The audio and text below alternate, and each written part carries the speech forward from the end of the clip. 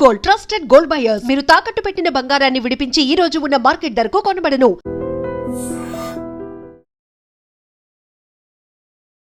Hi hello నమస్తే welcome back to I dream media. నేను మీ శ్రావ్య.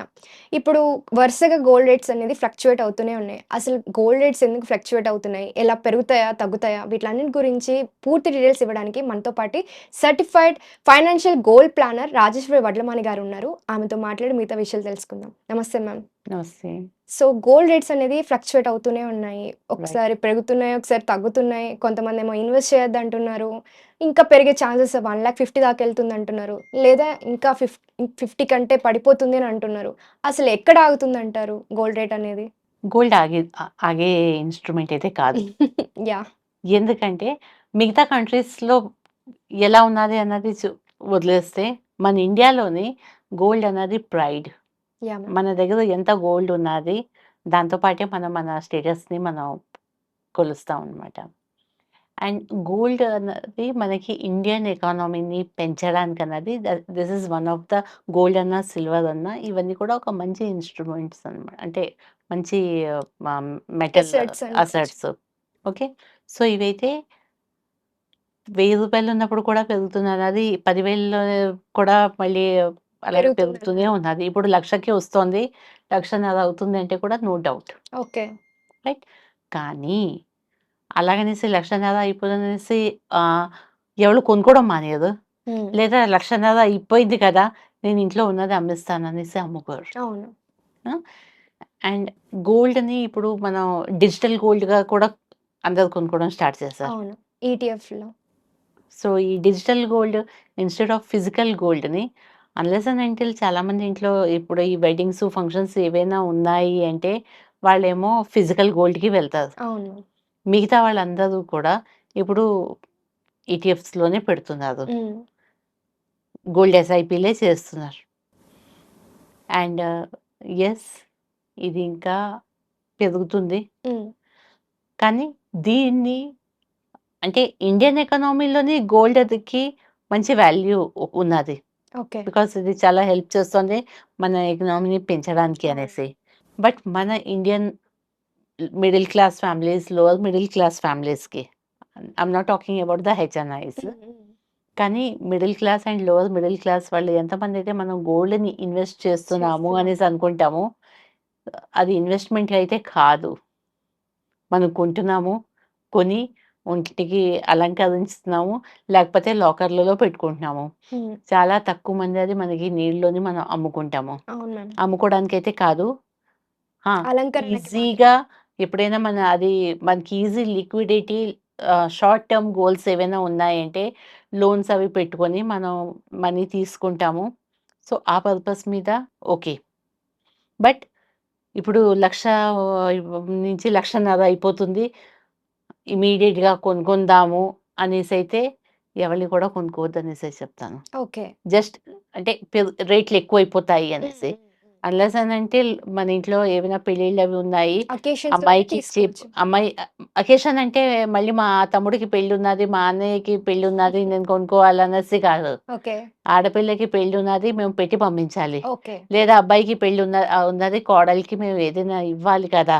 హ్మ్. అని మనం మన సొసైటీలోని మనకి ఒక ప్రైడ్ ఆహ్, మూమెంట్ ఉన్నప్పుడు. ప్రైడ్ మూమెంట్ కోసం అనేసి అయితే తీసుకోవాలి. హ్మ్. అంతకు మించిందైతే నాట్ అడ్వైజబుల్. ఇప్పుడు 2025లో అయితే ఇప్పుడున్న సిట్యుయేషన్స్‌లో తీసుకోవద్దనే చెప్తారైతే? తీసుకోండి. ఇన్వెస్ట్‌మెంట్ లాగా అయితే. నీడ్ ఉంటే. ఓకే.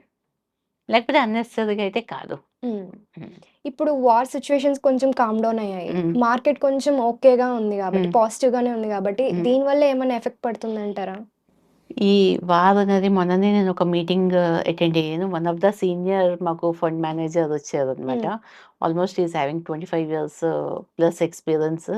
ఆయన అన్నారు, ఎప్పటి నుంచైతే ఈ సెన్సెక్స్ అవి ఇవన్నీ స్టార్ట్ అయ్యాయో ఎవ్రీ ఇయర్ 2 కంట్రీస్ ఎప్పుడు కూడా వార్‌లో దీంట్లో ఓకే. దెబ్బలాడుకుంటూనే ఉన్నాయి. కంటిన్యూస్‌గా ఉంటున్నాయి. కంటిన్యూగా ఉంటూనే ఉన్నది. హ్మ్. కానీ దాని ఎఫెక్ట్ ఎక్కడ మనకి స్టాక్ మార్కెట్‌లోని అంటే షార్ట్ టర్మ్ కోసం వచ్చింది కానీ, ఓకే. లాంగ్ టర్మ్‌కైతే ఎక్కడ కూడా రాలేదు. హ్మ్. కొన్ని సార్లు కొంచెం డ్యూరేషన్ అన్నది ఎక్కువైంది. హ్మ్.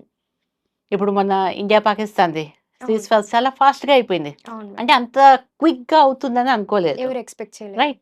అది క్లోజ్ అయిందనుకుంటాము. మళ్ళీ ఇరాన్ ఇరాన్ స్టార్ట్ ఇజ్రాయెల్. అయింది. వాట్ ఈస్ గోయింగ్ ఆన్ తెలీదిప్పుడు. అవును. ఆ!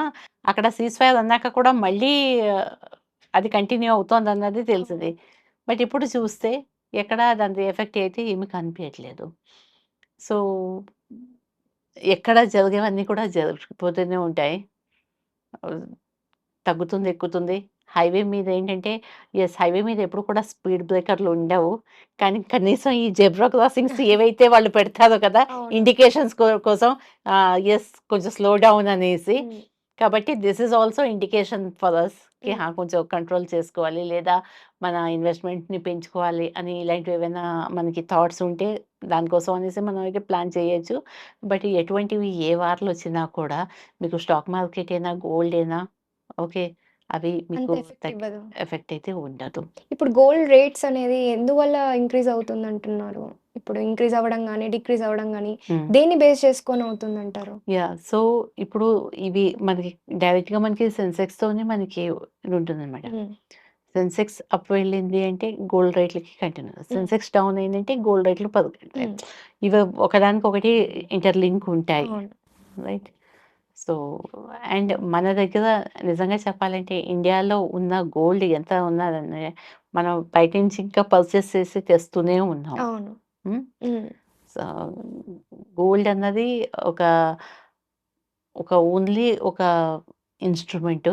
ఓకే. ఒక కంట్రీ ఎకనామీని పెంచడానికి కోసం అనేసి, ఒక ఫ్యామిలీ ఎకనామీని వాళ్ళ లైఫ్ స్టైల్ ఇప్పుడు ఇంప్రూవ్ సెంట్రల్ గవర్నమెంట్ గూడా గోల్డ్‌ని పర్చేస్ చేస్తుంది గదా! అంటే ఒక హ్మ్. ఇన్‌కమ్ ఇన్వెస్ట్‌మెంట్ లాగా గూడాను. అవును. దానివల్ల ఏమన్నా ఎఫెక్ట్ ఉంటుందంటారా? ఉండదు. హ్మ్. ఓకే. దానికోసం దానికి దీనికి ఏమి కూడా సంబంధం అంటే హ్మ్. ఉంటుంది.